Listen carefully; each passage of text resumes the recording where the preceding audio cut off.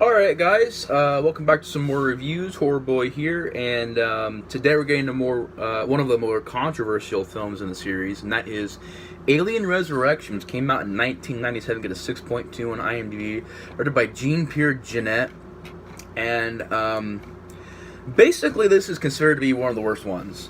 This is the movie in the series that a lot of people don't like. Even if Alien 3 gets a lot of controversy, it's still, people don't really think it's that bad of a movie. They think that this movie is a little bit more worse. And this director, I'm not too familiar with. He made a movie called Amelie, or Amelie. Amelie? A Very Long Engagement, Mimics? Mimax?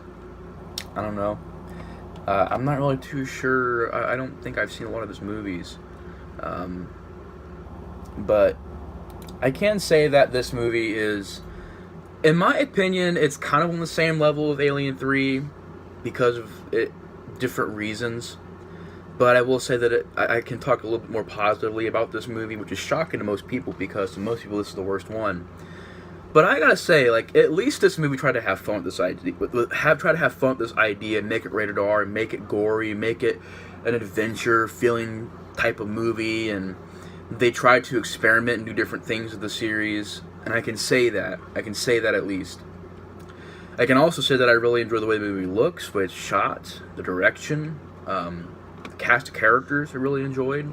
Some of the ideas I enjoyed, like having these experiments and, you know, having the xenomorphs there, and when the xenomorph has to kill one other one so that they can go under this, they can melt this thing that can basically set them free. Now, was there another Alien movie needed? No. Especially this wasn't made long after Alien 3, and Alien 3 was supposed to be the end of that series. Which makes sense, because it's Alien 3, it's the trilogy, you know, the third one usually ends the series. But of course, it would go on, you know, years later to make this movie, and basically it's about Ripley's DNA was found from Alien 3. How it was found, I don't know, because she fell in a dang lava or molten metal or whatever it was. And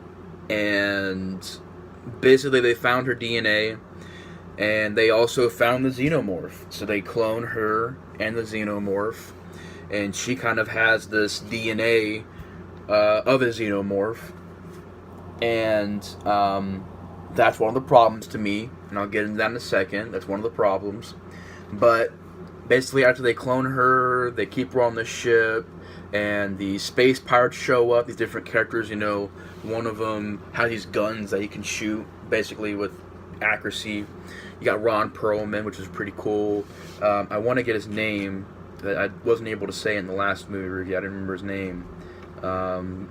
Michael Wincott as Elgin. I don't know how you say that name, but you had Michael Wincott in this film, which, you know, it's always good to see Michael Wincott in a movie. I mean, I'm a really big fan of Michael Wincott from The Crow and various other movies he's done. But it was cool to see Michael Wincott in this movie. You also got Winona Ryder playing Call, which I didn't mind. So the cast really isn't that bad to me. People talk about how the cast is horrible and it's awful. I don't understand that. I thought that Ron Perlman did a great job. I actually liked Winona Ryder. I actually really liked her. I actually liked some of the members of the space pirates. You know, especially the guy with the accuracy of the guns. The wheelchair guy was a little fun addition with the comedy. The guy who has the chest burster, you kind of feel sorry for him because he kind of knows he's going to die. But in the end, he ends up taking out one of the bad guys with him. And basically, as the movie goes on, Brad Dourif is the scientist, this creepy, crazy scientist that Brad Dourif did a decent job playing that character. It's such a weird character. And because maybe he's kind of infatuated with these, you know, xenomorphs, and maybe he's very curious about them. I'll just say that. He's a very curious guy. Very curious. A little too curious. But these xenomorphs, they get raised up, and one of them kills the other one to use the blood acid to melt through the ship so they can get out and start mayhem. So you got Winona Ryder playing this android, and she's trying to get off the ship with the space pirates, and they work with Sigourney Weaver. And basically, as the movie goes on, people get knocked off. There's lots of gore, special effects that I really enjoyed, and some great looking scenes, some great sets. I will say this movie has some great sets. And the thing I gotta say to people that say this movie looks bad and the sets are bad is that, what would you rather have? Would you rather have the Alien Covenant sets, which is where everything is a green screen? Like these movies? These movies, I feel, have decent looking sets sometimes, but most time these movies don't have very interesting looking sets because most of them are CGI. In my opinion, I like actual sets better. Nightmare on Elm Street has some fantastic sets. Friday the 13th, most of it's actually shot on location, but when they do have sets, it's pretty decent looking. I think you can utilize sets and they look interesting. That's why I like the way these sets look in this movie. Whether it's the underwater scene or it's the scene where they got to burst through this layer of like gross looking, like, I don't know if it's skin or if it's like alien tissue, and they break through and they got to climb up this thing they're climbing up in. It's the way it's shot is beautiful. I think it looks great. The outer space stuff looks great. A lot of the camera work with zooming in and the static shots and the different techniques they use for different scenes, I really enjoyed. I like the green look of the movie. I think it matches an Alien movie perfectly. To me, yeah, is it scary? Not really, but it is very over top in the gore department. So you get a lot of practical special effects, a lot of gross out scenes, which I really enjoyed. Very little CGI, and if it's there, it's pretty bad, but it's not there that much, honestly.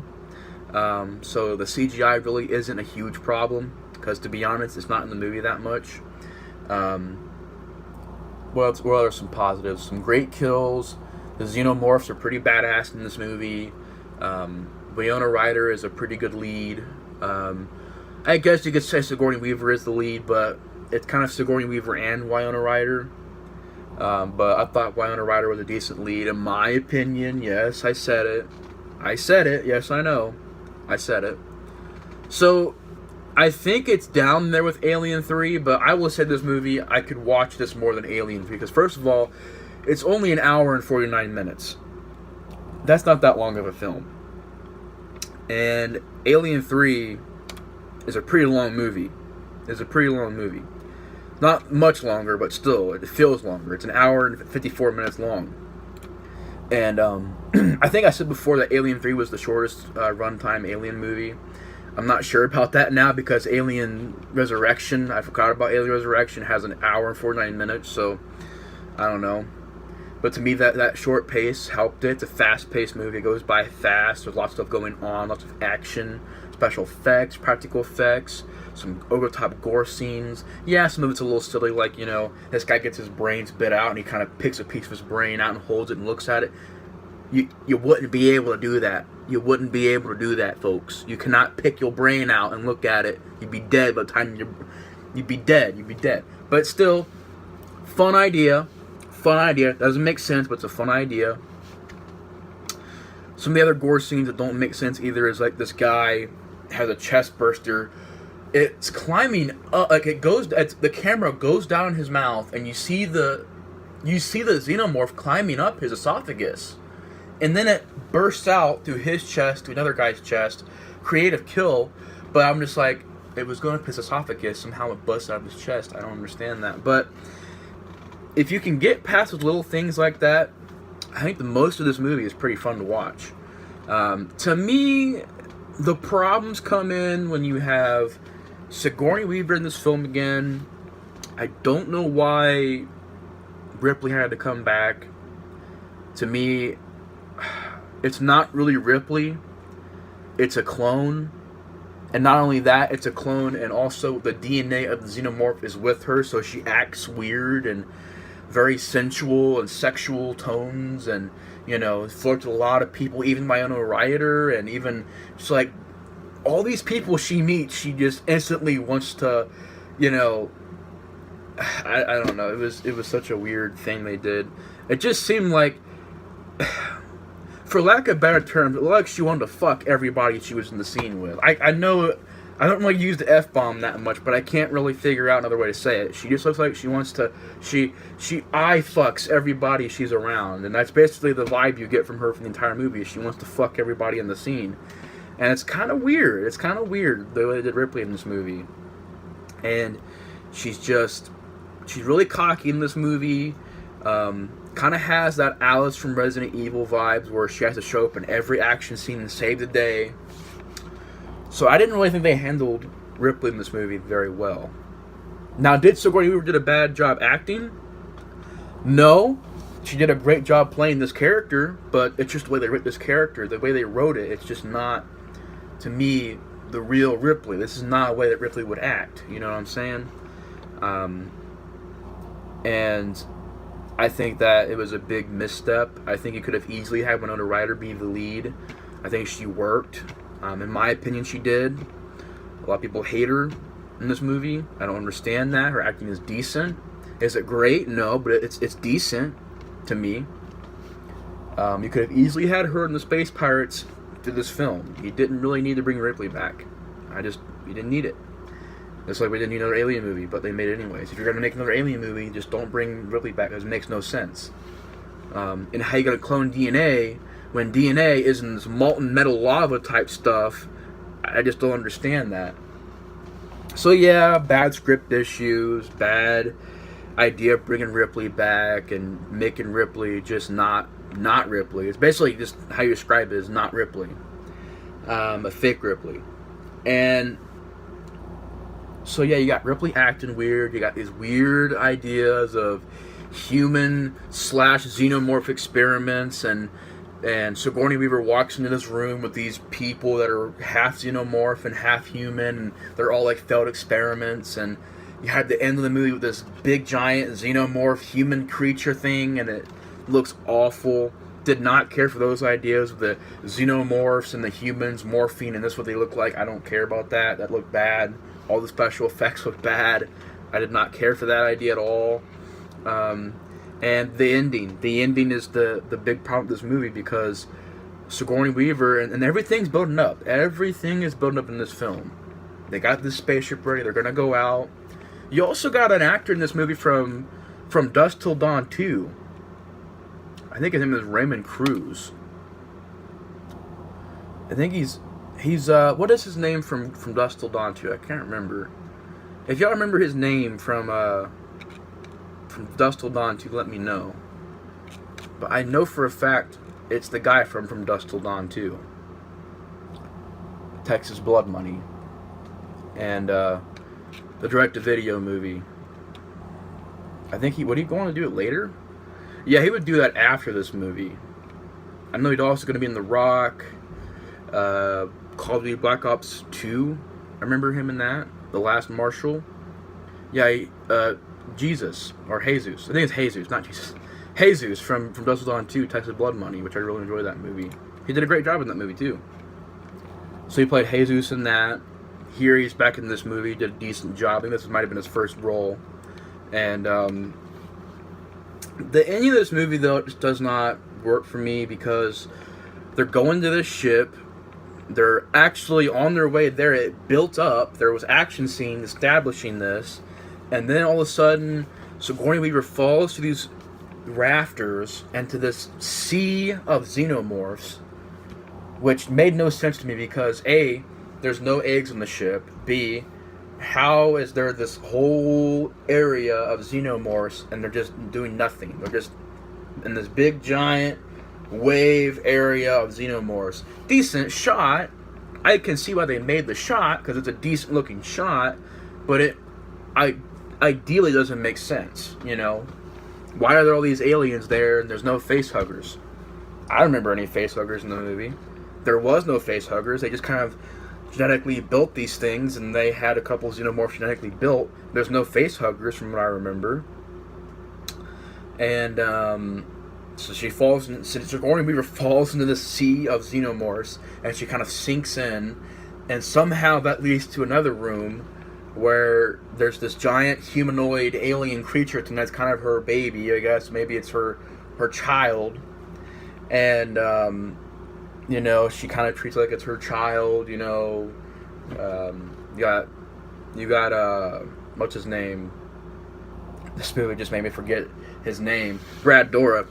This movie just made me forget Brad Dourif's name. That's how bad this ending is. Where Brad Dourif is there, and he's somehow alive, and these aliens kept him alive. He's like, "Oh, it's your son," and then the alien comes over and bites his head, and then Sigourney Weaver has to kill this alien, but she ends up getting on the ship, and when she does, this alien follows her there, and they try to build it up to make it kill people and look aggressive, but the design of it, man, the design looks so bad. And I don't know if this was, I just was not hoping that they were gonna try and make this the new Alien, like this humanoid alien creature, ugly looking thing, the future of the franchise. Because if they would have done that, I would have been out. I would have tuned out. I would have been like, nope, I'm not watching any more Alien movies. Even though it didn't really help much, because in later movies they end up changing the designs again and it doesn't look that great. But still, I don't know why they just don't keep the classic xenomorph design. They gotta mix it with aliens and then humans with aliens, and then pre-xenomorphs and the xenomorphs type 2 and type 2.5. Like, dude, what's wrong with the classic xenomorph? What's wrong with that? It looks the best. It is the best. The only thing that upgraded the xenomorph is the Queen. The Queen was actually really cool looking. But you cannot do, you can't do it. The design is classic. You cannot take a design and give it this fugly look, which fugly is funny. That's most people's, way to describe this thing as fugly. It's this ugly thing, this horrendous looking thing, and it really, the ending is bad because they're on their way out, and this alien follows them on the ship, and they gotta battle it off, and of course Sigourney Weaver is distraught because it's her baby, her child, and they do this thing where they shoot a hole, and this thing goes onto this hole, and it sucks its insides out over the top, and then basically creates this goop of it in outer space, and it floats out, and they basically go on, and Sigourney Weaver and Winona Ryder and the rest of the gang are okay. I think it was just Sigourney Weaver and Winona Ryder that just survived, but I could be wrong about that.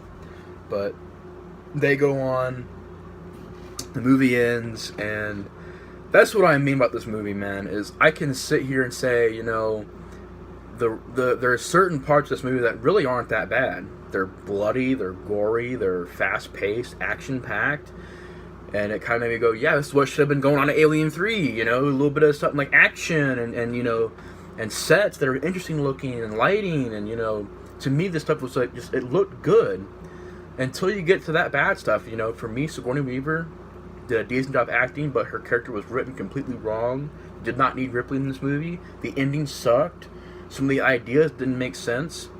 So, I'm not going to rant on this movie, because I'm not ranting on it. I'm just going to say that it has a horrible third act, and it has some problems throughout that are pretty bad. But for the most part, Alien Resurrection is pretty harmless to me. It's a pretty fun little movie, but it's not nearly as good as the first two movies at all. But anyways, guys, basically that's my thoughts on Alien Resurrection. Hope you guys enjoyed. Thanks for watching. Let me know your guys' thoughts on Alien Resurrection in the comment section below. Hope you guys enjoyed the video. Horror Boy is out. See you guys later. Bye.